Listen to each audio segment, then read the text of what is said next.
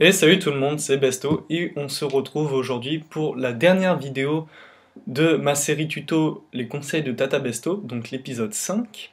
Et dans cet épisode, je vais vous montrer comment garder votre sang-froid. Donc ça c'est très important dans le Hunger Game, donc là vous voyez, je me suis fail et je vais vous apprendre justement à fail le moins possible.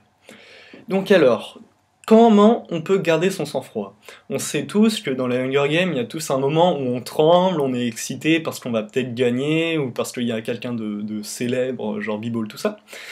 Et du coup, on a envie de rester en vie, de pas fail, et bah voilà, de montrer qu'on est bon. Alors moi, je vais vous montrer comment, par exemple, quand vous faites une team de 2, ou team de 3, ou team de 18, comment garder votre calme. Donc le calme, c'est très important. Faut être concis dans sa tête, faut pas se mélanger les idées. Faut être très clair. Et après, vous prenez les conseils si vous voulez, hein, mais moi, c'est mes conseils, comme ça. Donc, faut être précis dans les gestes, parce que on sait le faire, tout ça, mais en Hunger Game, des fois, on a des problèmes. On n'arrive pas à faire les gestes que normalement on sait bien faire. Donc là, par exemple, pour bien vous montrer, je suis dans un serveur d'entraînement soupe. Alors, il y a quelque chose qui est très important, par exemple, quand vous faites des teams, c'est qu'il faut toujours viser le plus faible. Et toujours être apte, par exemple, à réagir. Par exemple, là, je me suis fait jeter dans de la lave par un switcher, et ça, je m'y attendais pas, et pourtant, il faut que je sorte de cette situation. Donc, faut toujours être à l'affût, être précis dans ses mouvements. Faut pas s'emballer si on tue quelqu'un, on reste précis, et faut pas s'embobiner, faut pas s'en mêler les pinceaux, parce que sinon, tout ce qu'on va faire, c'est fail et on va mourir. Donc voilà, faut viser le plus faible, faire ce qu'on sait faire, ça c'est très important, parce que tout le monde est fort, mais par contre faut le montrer, là vous voyez le recraft, on peut très bien le fail, et puis là moi je l'ai pas fail, j'ai lâché 2-3 champignons, mais c'est pas grave, j'ai réussi mon recraft, du coup je suis pas mort. Et ça c'est exactement le genre de choses en Hunger Game qu'on peut rater, c'est le recraft. Donc là j'ai fait un reparoll parce que je suis OP, mais bon c'est pas grave, hein, fallait juste garder de l'armure pour que je puisse vous montrer un maximum.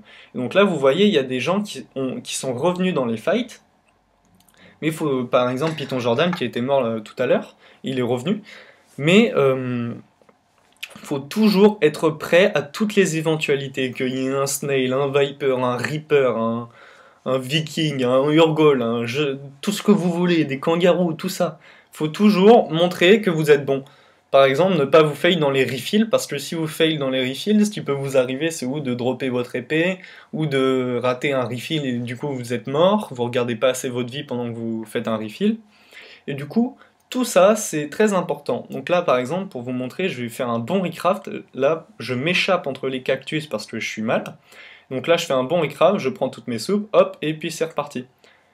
Et donc là, vous voyez que je le reprends en 1v1 et que là, je vais juste lui mettre une misère parce que il va dropper son épée, quoi. Il va être un peu stressé, et je sais pas, il va dropper son épée.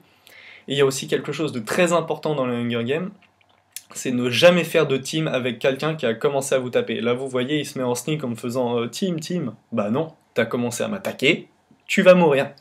Donc voilà. Donc moi, c'est mes petits conseils, tout ça. Être calme, ne pas s'en mêler les pinceaux, faire ce que vous savez faire et tout ira bien. Quoi, moi, c'est mon conseil principal. Après, j'essaye de l'appliquer en AG, mais ça marche pas toujours, évidemment. Mais faut essayer de le faire un maximum et de pas faire d'erreurs. Parce que normalement, on n'en fait pas des erreurs.